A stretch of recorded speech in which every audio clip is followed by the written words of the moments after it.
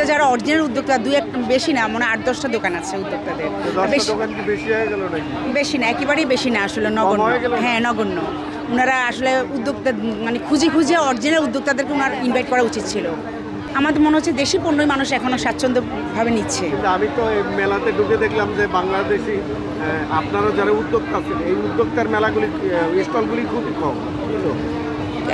কি জানি, আমি তো দেখলাম উদ্যোক্তাদের মেলায় বেশি। তবে এখন এই মেলাতে উদ্যোক্তাদের জিনিস পণ্য হচ্ছে প্লাস্টিকের জিনিস, জুতোর জিনিস মনে একটু বেশি এসেছে আমার কাছে মনে হলো, যা একটু ঘুরে দেখলাম। আমরা গ্যাপটা হচ্ছে আসলে এখানে সোশ্যাল ওয়ার্ক। ওনারা আরেকটু কাউন্সিলিং করা উচিত ছিল। আরেকটু কাউন্সিলিং করে যারা অরিজিনাল উদ্যোক্তা তাদেরকে একটু খুঁজে তাদেরকে সুযোগ দেওয়ার দরকার ছিল। আবার পাশাপাশি যারা বিজনেসে ভালো করতেছে তাদেরকেও সুযোগ দেওয়া উচিত।